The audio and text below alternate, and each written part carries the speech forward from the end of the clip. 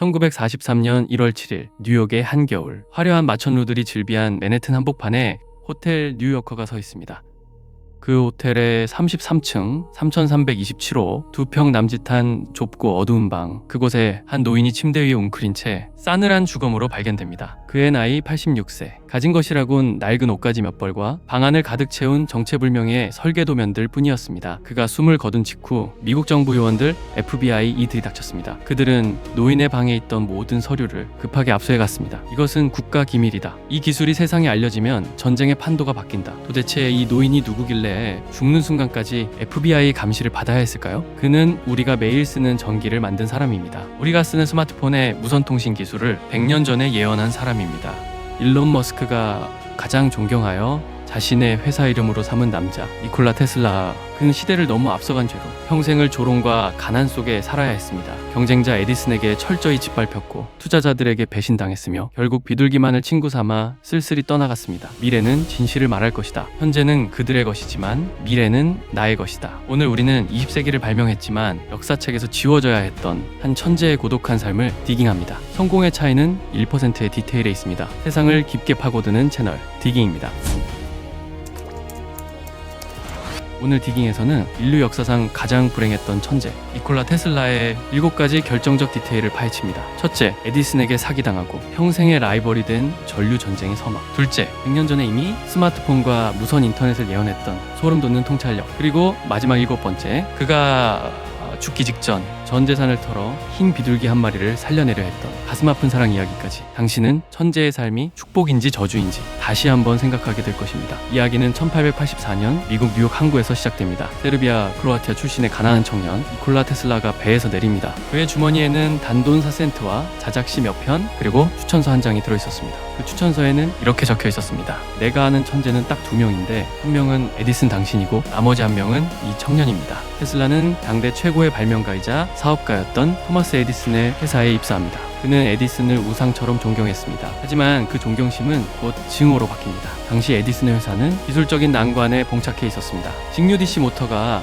너무 자주 고장났기 때문이죠. 어느 날 에디슨은 테슬라에게 제안합니다. 자네가 이 모터 문제를 해결하고 효율을 높인다면 보너스로 $50,000를 주겠네. $50,000, 현재 가치로 약 15억 원에 달하는 거금이었습니다. 가난했던 테슬라는 밤낮 없이 연구에 매달렸습니다. 하루 20시간씩 일하며 몇 달 만에 에디슨의 기계를 완벽하게 개량해냈습니다. 테슬라는 들뜬 마음으로 에디슨을 찾아갔습니다. 약속대로 $50,000를 주십시오. 하지만 에디슨은 책상에 다리를 올린 채 비웃으며 말했습니다. 테슬라, 자네는 미국식 유머를 이해하지 못하는군. 그건 농담이었네. 테슬라는 큰 충격을 받습니다. 자신의 열정과 노력이 농담 따위로 취급받았다는 사실에 분노가 치밀어 올랐습니다. 그는 그 자리에서 사표를 던지고 나왔습니다. 그리고 맹세했습니다. 내 기술로 당신을 반드시 뛰어넘겠다. 이것이 현대 문명을 만든 거대한 전쟁, 전류전쟁의 비극적인 시작이었습니다. 에디슨을 떠난 테슬라는 밑바닥부터 다시 시작했습니다. 그는 하루 $2 받으며 막노동판에서 땅을 파야 했습니다. 천재과학자가 삽질을 하며 생계를 이어나갔죠. 하지만 그는 포기하지 않고 자신의 아이디어를 실현할 투자자를 찾았습니다. 그리고 마침내 웨스팅하우스라는 사업가를 만나 자신의 필생의 역작 교류 AC 전기 시스템을 선보입니다. 에디슨의 직류 DC는 전기를 멀리 보내기 힘들었습니다. 1km마다 발전소를 세워야 했고 전선은 굵고 비쌌습니다. 하지만 테슬라의 교류 AC는 달랐습니다. 전압을 높여 수백 킬로미터 밖까지 전기를 쏠 수 있었고 전선은 얇고 저렴했습니다.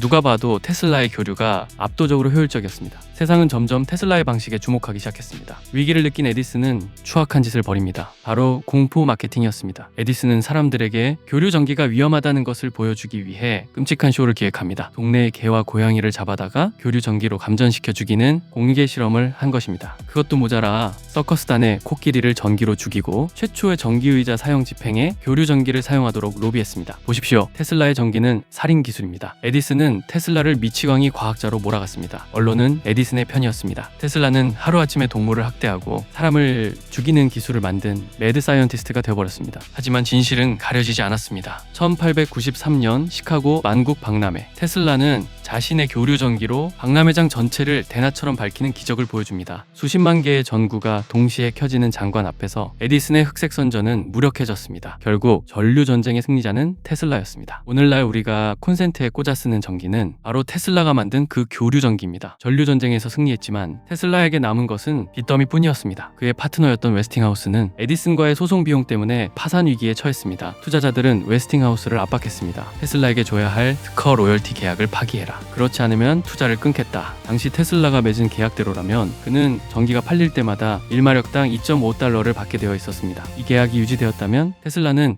빌 게이츠를 능가하는 세계 최고의 부자가 되었을 겁니다. 현재 가치로 따지면 수백조 원, 아니 그 이상이었죠. 웨스팅하우스는 울면서 테슬라를 찾아갔습니다. 자네와의 계약을 지킬 수가 없네. 미안하네. 보통 사람이라면 소송을 걸거나 돈을 내놓으라고 난리를 쳤을 겁니다. 하지만 테슬라는 담담하게 말했습니다. 당신은 나를 믿어준 유일한 사람이었습니다. 내 기술이 세상에 빛을 보게 해준 은인입니다. 회사가 살아야 내 기술도 세상에 남습니다. 그리고 그는 그 자리에서 수조 원의 가치가 있는 로열티 계약서를 직접 찢어버렸습니다. 돈은 필요 없습니다. 세상을 밝히는 것으로 충분합니다. 그는 친구를 위해 그리고 자신의 기술이 널리 쓰이기 위해 스스로 부자가 될 기회를 포기했습니다. 그날 이후 웨스팅하우스는 살아남았지만 테슬라는 평생 가난한 발명가로 살아야 했습니다. 돈에서 해방된 테슬라의 상상력은 시대를 100년이나 앞서가기 시작했습니다. 1900년대 초반 사람들이 유선 전화기에 신기해하고 있을 때 그는 이미 무선 통신을 꿈꿨습니다. 언젠가는 전 세계가 무선으로 연결될 것이다. 지구 반대편에 있는 사람과 마치 옆에 있는 것처럼 얼굴을 보며 대화하게 될 것이다. 그 기계는 우리의 조끼 주머니에 들어갈 만큼 작을 것이다. 지금의 스마트폰과 화상통화를 100년 전에 정확하게 예언한 것입니다. 그는 이 꿈을 실현하기 위해 거대한 프로젝트를 시작합니다. 바로 워든 클리프 타워입니다.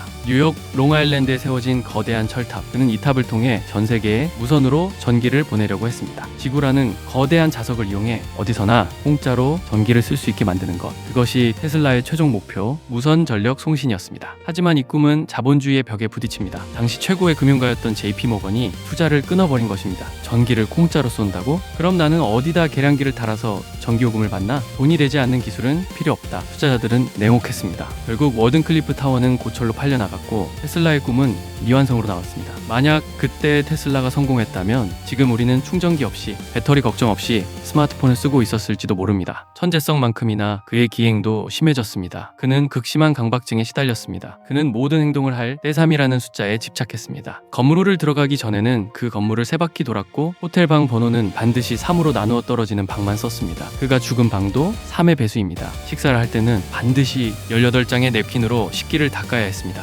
누군가의 머리카락을 만지는 것을 극도로 혐오했고 진주 귀걸이를 한 여성을 보면 대화를 하지 못했습니다. 그는 말했습니다. 숫자 369의 비밀을 알면 우주의 열쇠를 쥐게 될 것이다. 사람들은 그를 미쳤다고 수군거렸습니다. 하지만 현대 과학자들은 추측합니다. 그의 뇌가 일반인과는 다른 차원의 주파수에 접속해 있었던 것은 아닐까 하고요. 그는 잠을 하루에 2시간밖에 자지 않았습니다. 나머지 시간은 끊임없이 생각하고 계산하고 설계했습니다. 그의 머릿속에는 우주의 비밀이 가득 차 있었지만 현실 세계에서 그를 이해해주는 사람은 아무도 없었습니다. 평생 독신으로 살았던 그에게도 사랑하는 존재가 있었습니다. 사람이 아니었습니다. 바로 비둘기였습니다. 말년의 테슬라는 매일 공원에 나가 비둘기들에게 모이를 주었습니다. 다친 비둘기가 있으면 호텔 방으로 데려와 직접 치료해주기도 했습니다. 그 중에서도 그가 특별히 사랑했던 흰 비둘기 한 마리가 있었습니다. 날개 끝에 옅은 회색 점이 있는 암컷 비둘기였죠. 테슬라는 진지하게 말했습니다. 나는 그 비둘기를 사랑했다. 남자가 여자를 사랑하듯이 그 새도 나를 사랑했다. 그 비둘기가 내 곁에 있는 한 내 인생에는 목적이 있었다. 어느 날 밤 그 비둘기가 열린 창문으로 날아들어와 책상 위에 앉았습니다. 테슬라는 직감했습니다.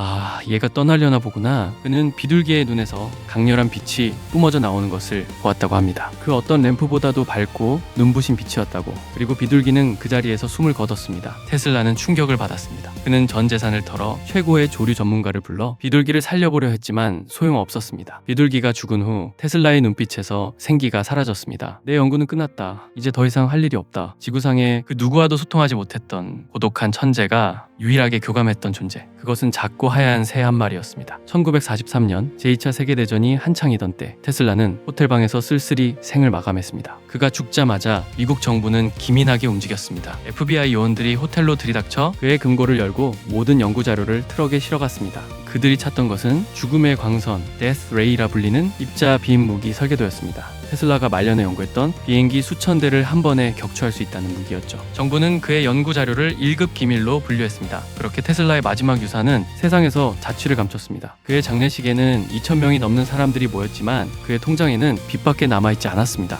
세상을 밝히는 전기를 선물하고 미래의 기술을 예언했던 위대한 발명가의 최후는 너무나도 초라하고 미스터리했습니다. 니콜라 테슬라, 그는 살아서는 패배자였습니다. 에디슨에게 졌고 돈을 벌지 못했고 미치광이 취급을 받았습니다. 하지만 죽어서 그는 승리했습니다. 지금 우리가 벽에 스위치를 켜서 방을 밝힐 때, 스마트폰으로 지구 반대편의 뉴스를 볼 때, 전기차를 타고 도로를 달릴 때 우리는 모두 테슬라가 상상했던 세상 속에 살고 있습니다. 일론 머스크는 그의 이름을 딴 전기차 회사를 만들어 그를 기리고 있습니다. 미래는 진실을 말할 것이다. 현재는 그들의 것이지만 미래는 나의 것이다. 그의 예언대로 미래는 결국 그의 것이 되었습니다. 여러분은 지금 당장의 인정에 목말라 하시나요? 아니면 먼 훗날 증명될 자신만의 가치를 만들고 계신가요? 진정한 승부는 죽은 뒤에 결정되는 것인지도 모릅니다. 오늘의 디깅이 즐거우셨다면 구독과 좋아요를 눌러주세요. 지금까지 1%의 디테일 디깅이었습니다.